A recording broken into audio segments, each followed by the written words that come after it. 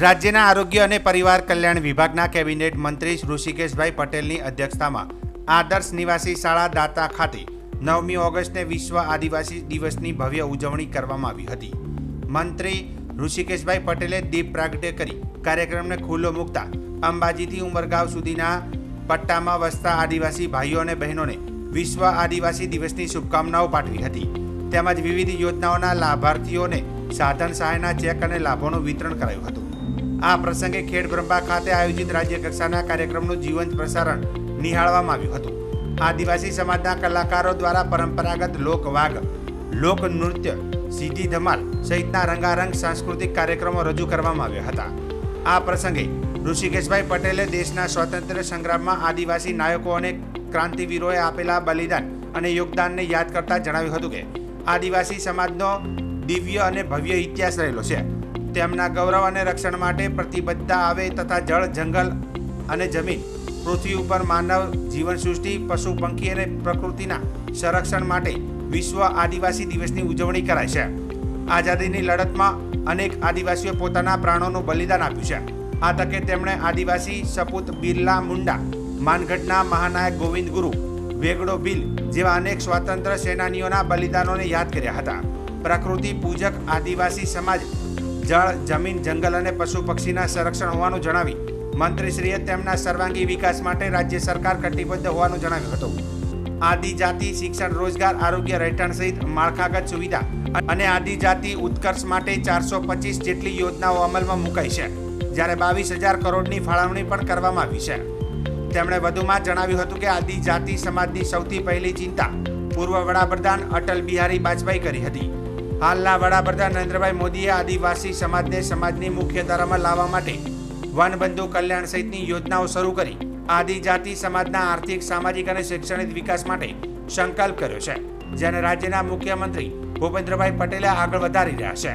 આ પ્રસંગે મંત્રીશ્રીના હસ્તે શિક્ષણ, રમતગમત સિદ્ધિઓ મેળવનાર અને ન્યૂ ગુજરાત પેટર્ન યોજના અંતર્ગત તાલીમ મેળવી ભારતીય સેનામાં જોડાયેલા આદિવાસી યુવકો, કૃષિ ક્ષેત્રે સિદ્ધિ મેળવનાર ખેડૂતોનું સન્માન કરવામાં આવ્યું હતું.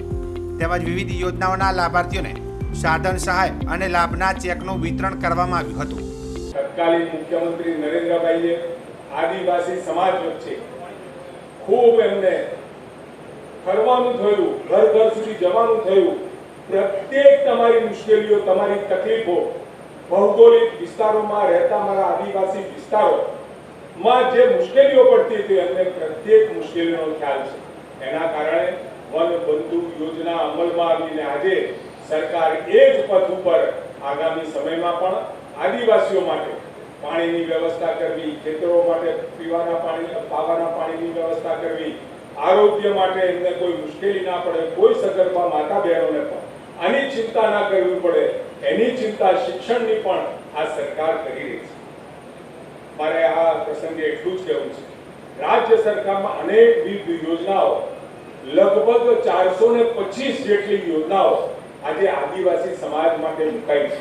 મારે મંચ ઉપરના બેઠેલા તમામ આદિવાસી આગેવાનો, નેતાઓ જે મારી સામે પણ બેઠા છે, એમને વિનંતી, આ સરકારનો પ્રત્યેક રૂપિયો આદિવાસી સમાજ જેને જરૂરિયાત છે, જે ઘર સુધી એ યોજના પહોંચાડવાની જરૂર છે, એને પહોંચાડવા માટે આપનો સંકલ્પ, આપનો ભગીરથ પ્રયાસ એ સમાજની અંદર ખૂબ મોટી ક્રાંતિ સાથે આદિવાસી સમાજ પોતાની ધરોહર સાથે, પોતાની સંસ્કૃતિ સાથે, પોતાના પર્યાવરણ પ્રેમ સાથે નવી દુનિયા સાથે જોડવાનો ખૂબ મોટો પ્રયાસ બની રહ્યો છે. ત્યારે આપ સૌને મારી વિનંતી છે, આ આદિવાસી દિવસ કેવળ એક દિવસનો વિષય નથી, પરંતુ પ્રત્યેક દિવસે આદિવાસીઓનું ગૌરવ કેવી રીતે વધે, આદિવાસીઓને કેવી રીતે સગવડો મુહૈયા થાય, ઉપલબ્ધ થાય, એની ચિંતા આદિવાસી સમાજના શિક્ષિત થયેલા લોકો સાથે સમાજના રાજકીય આગેવાનો, સામાજિક આગેવાનો અને જે ધર્મગુરુઓ છે, એમને મારી વિનંતી છે કે આવતા સમયમાં પણ લોકોની સુખાકારી માટે, બેન દીકરીઓની સુખાકારી માટે આપણે પ્રયત્ન કરવાનો રહ્યો.